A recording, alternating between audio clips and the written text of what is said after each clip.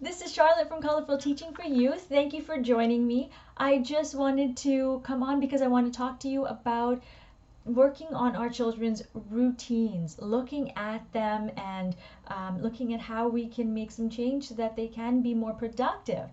But we're not going to take that whole routine and just throw it out the window because I know you've created them and it took you a while, and it's just going to stress you out if we take it all apart. So what we're going to do is make some quick little tweaks, and over time we're going to see some progress. All right, before we continue, I just want to let you know that associated with this video, there are two different links. One is to help you get your children moving from procrastination to productivity in 3 different ways. And the next one, if you're a homeschooling parent or a teacher, this link is going to help you with free resources because let's face it, who has time to create things from scratch? So go ahead and check those out. And I also have some really exciting news to share with you at the very end, but we'll wait on that for a bit. We're going to dive right in. And so what I want to talk to you about right now is 2 different scenarios of children where before we even get to that though, I've done a lot of research and I've looked at how do we help our children move from procrastination to productivity. What kind of routines do we need to set in place? And what comes up a lot is looking at their homework routines. But you and I both know that there's so much more to our children's lives than just homework, right? I mean, they are multi-talented. They participate in a variety of activities. So we need to take that all into consideration when we create or assess routines. So now we get to those 2 scenarios. The first scenario is where we have children who participate in a whole whack of activities, and let's break that down into 2 as well. There are kids who, like myself, love participating in these activities. Just love it. And then there's kids who it's not for them, but they do enjoy it, but they don't thrive on it. I was one that thrived on a lot of activities. But there are some kids who just really love being in them, but then everything else gets pushed to the back. So let's talk about that for a moment as soon as we talk about the second scenario where we have kids who don't participate in all of those activities, right? There are children who might be introverted, they might be shy, they might just have other issues that they are dealing with. And so for many parents, this is great because we get to keep track of where they are at different times. But for a lot of people, this isn't the best situation either. And the reason this isn't the best situation is because if they are not participating in activities, then some of them may struggle with social, learning how to behave in social situations, learning how to make friends. And that's a tough one. We want to help them make friends. And in high school, not in high school, in elementary school, we can go up to the teacher and say, hey, can you set my child up with different friends and different people to play with and work with? But what happens when they go into high school? That's not gonna work the same way, is it? We can't ask those teachers to look out for our kids every moment because they have a whole whack of children. They probably have 100 children coming into their classrooms, right? And some of them aren't even just teaching social studies, for example. They might be teaching math as well. So we need to find a way to help them now, because if they don't figure this out, then it's going to lead to loneliness later on down the road. It's going to lead to anxiety and stress and depression, all those other things. And we don't want that for them, right? Because when it gets to that level, everything else fades in comparison, right? And so right now though, they need to make at least 1 or 2 friends, even if they are just introverted, right? And in order to make friends, you need to talk to different people. And so that's what we're going to be working on. We need to get them into different activities as well.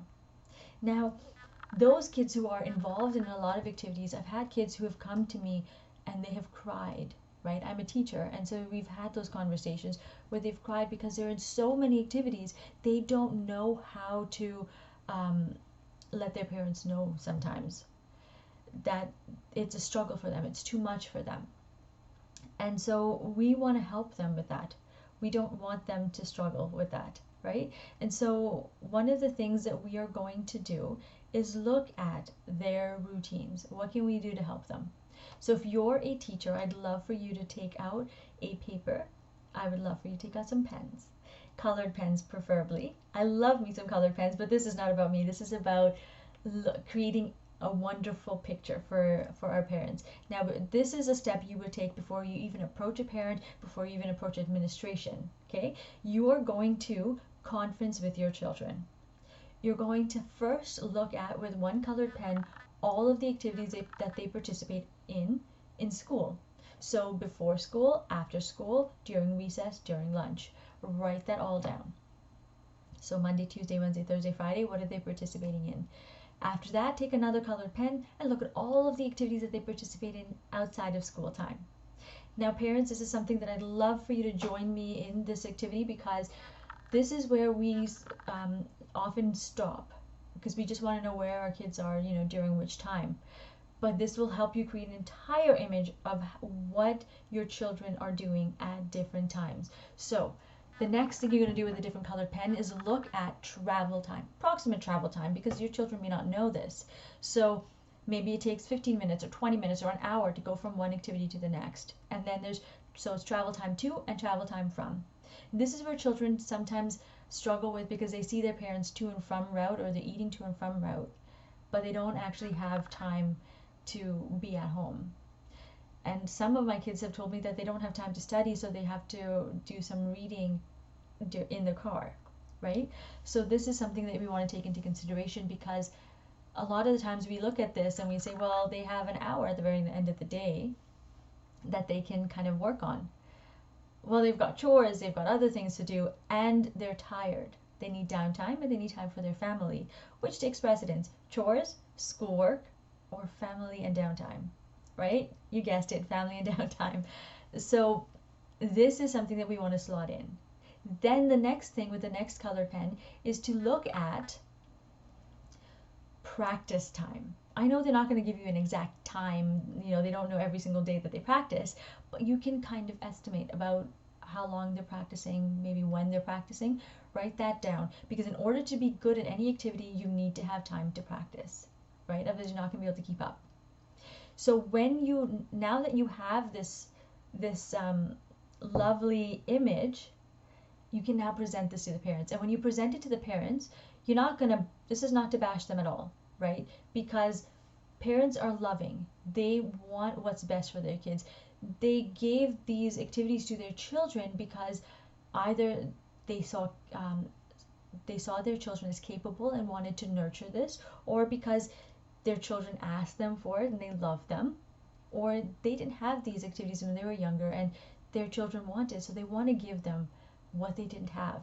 So it's coming from a loving place, so we're going to present this to them in a loving manner. And we're going to show them that, they're participating in so many different activities, they don't have the time to work on schoolwork, and they're so capable, right? You see this.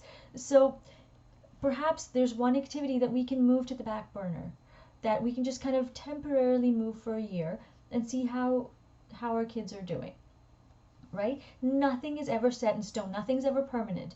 This is all temporary. And before you even make any changes, remember to talk to your children, because in this day and age, a lot of children are saying, oh, my parents or my teachers or whoever, adults, don't hear me.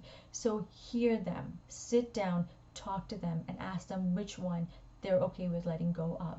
They will tell you, my friend, they will tell you what they're okay with letting go of, okay? Now, beyond that, when you're scheduling, I want you to think about one other thing. Let's create some space. Let's schedule, get this, unscheduled time, okay? So let's schedule some unscheduled time. In this space, it's time for homework, it's time for chores, and it's time to be bored. And this is where your kids are going to be like, oh my gosh, and they might throw a little fit in the beginning. Yes, that's okay.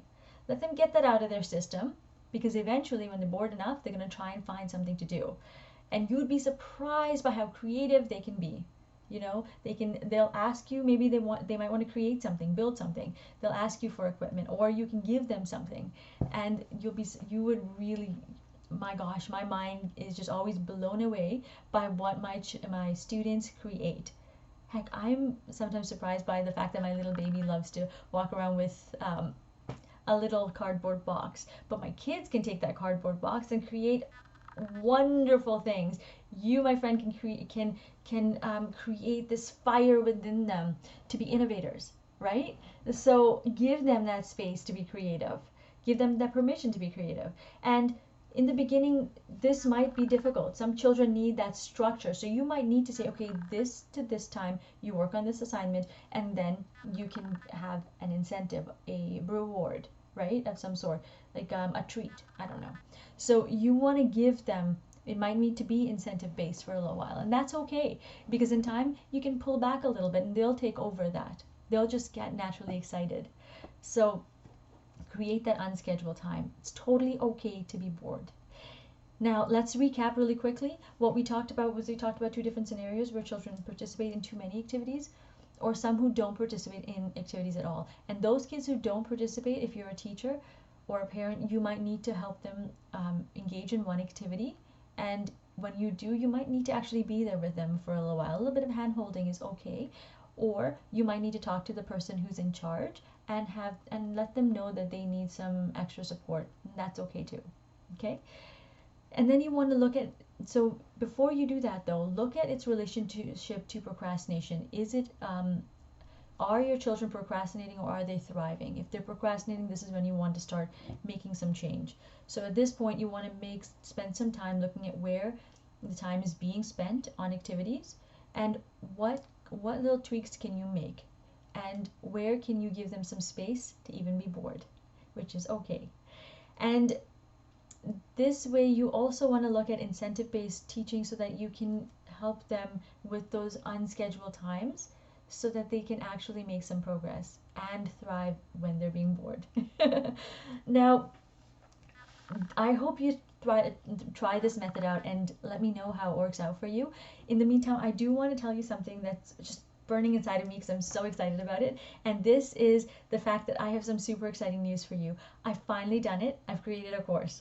And this course will take you from point A to point B about creating productive children. So going from procrastination to productivity. We're going to have a full-on plan. We're going to do this in a step-by-step and a hands-on method. So I've seen so many different places where they only tell you what to do. I'm actually going to show you how to do it. We're going to do it together. So you're going to watch me do it and you're going to do it with me, which is so cool. And on top of that, I'm going to give you a bunch of savings. You're going to also have the ability to be a part of a community with us so that if you have questions or you have some awesome victories, we're going to be there for you. And you're also going to, if you watched my perfectionism video from last week, we're going to take that video and we're going to actually, I've created a PDF for you so you don't have to create any of any of the PDFs on your own. For the course, everything is created for you. And if you are a teacher who is overwhelmed or homeschooling parent who's overwhelmed, we've got some time for you too. We're going to take you into being highly productive as well. So it's a little bit of something for everybody. And if you, the course doesn't actually open until March 30th, but if you apply for it before, from now until March 23rd, you, my friend, get not 25% off, not 50, but 75% off. $31.75 for this entire course. Oh my gosh, super deal. So if you're interested, please send me a private message or email me at colorfulteach@gmail.com, COLOURTEACH@gmail.com. I look forward to hearing from you. In the meantime, my friends, remember to create, experience, and teach from the heart. Take care. Talk to you later. Bye.